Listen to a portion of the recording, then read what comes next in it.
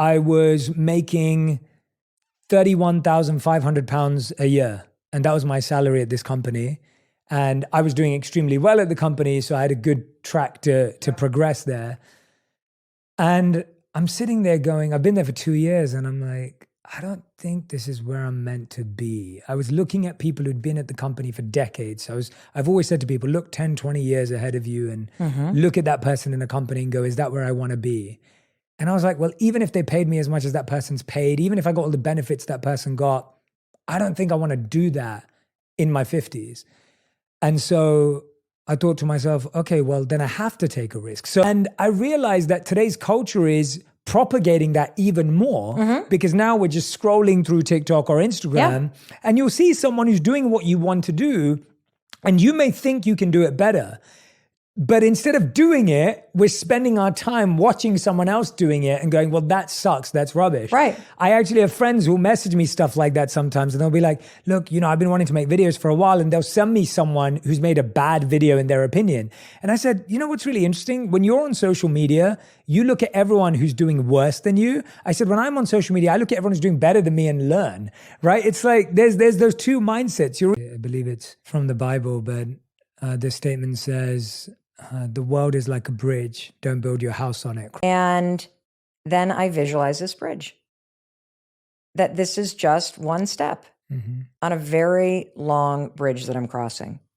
And a bridge that as a parent, like the most important thing that I need to do as a parent is to encourage my children to fly into this world and to leave and to become who they're meant to become, which means they're going to leave. And there are a lot of goodbyes and it sucks, but it's also beautiful.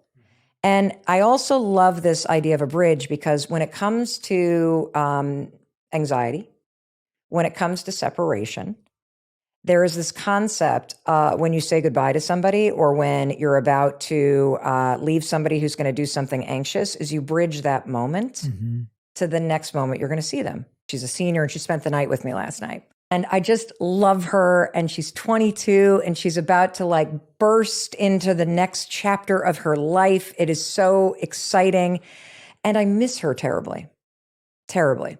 Oh, I'm going to get totally choked up when I think about it because I live on the other side of the country. And I think one of the hardest things that you have to do in life, if you really love somebody, is to encourage them to leave, to encourage them to grow. Woo. She's happy. Why am I always defaulting to the loss? There are always challenges. And even now when we talk offline, we shared that even last week. We were talking about challenges we were both going through in building this opportunity to serve others. And I wanted to ask you, what do you think is the hardest thing you're working on right now? What's the most challenging thing you're working on internally or externally? Could be creatively, it could be habit-wise. What is something that you're struggling with or grappling with that you're working through?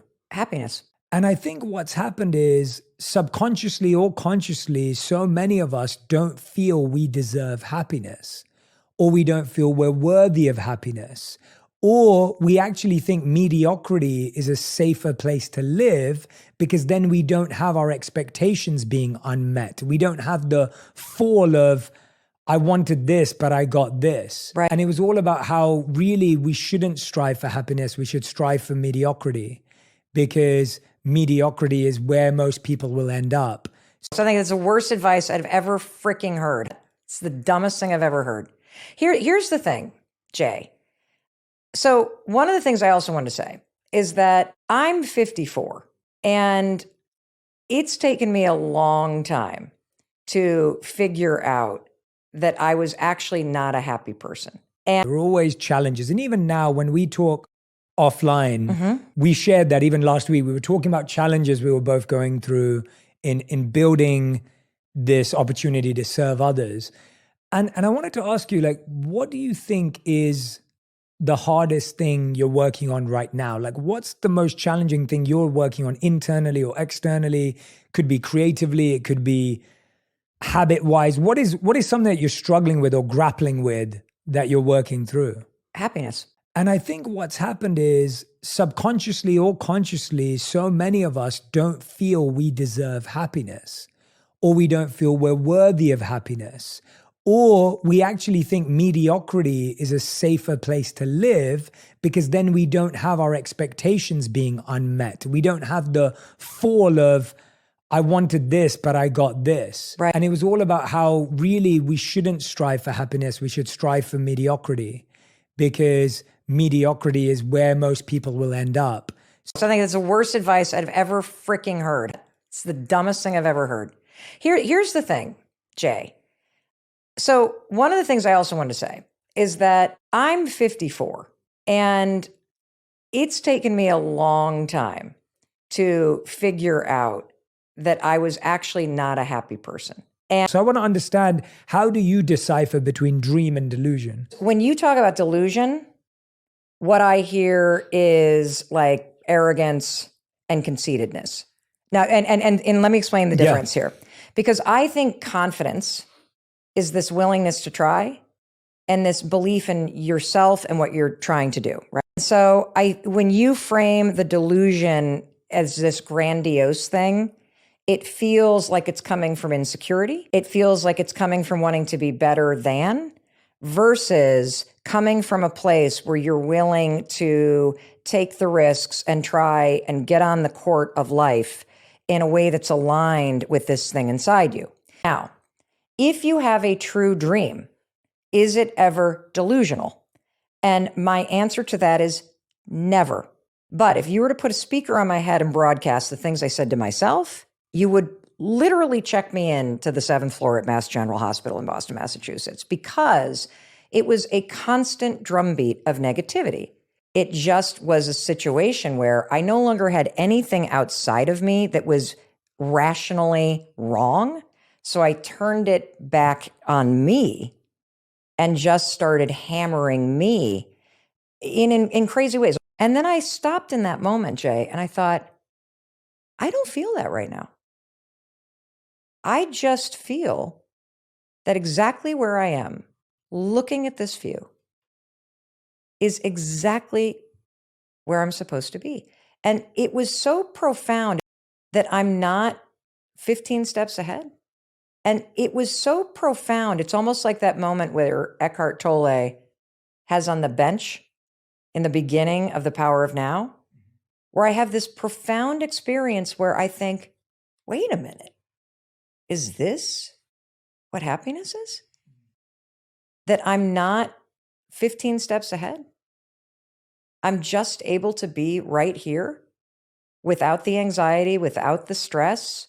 I mean, that is like a revolutionary experience for me. I don't think I had ever not felt the default of a revved up nervous system, an anxious mind, or a to-do list that was a mile long. What is the difference between a dream and delusion? That to me is not delusional, because it is giving myself the opportunity to put my, using visuals, like put my, what are they called? Stabilizers onto my bike and see if this is real. Right. I often find people whose first dream is, I want to build $1 billion company, and they've never built a business at all, or have business experience. Or I hear, I want this to be the number one thing in the world. And while those are nice aspirations, I'm not sure that I actually think, and this is just my personal take, I never had those when I started.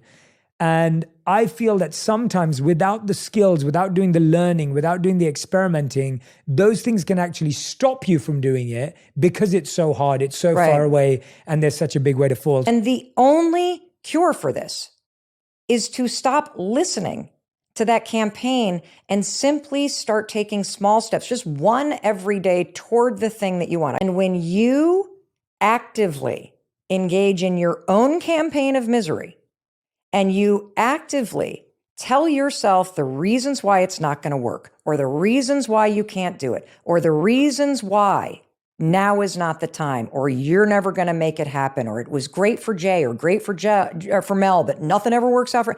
When you engage in your own campaign of misery, you are creating literally a cancer inside of you that eats at you.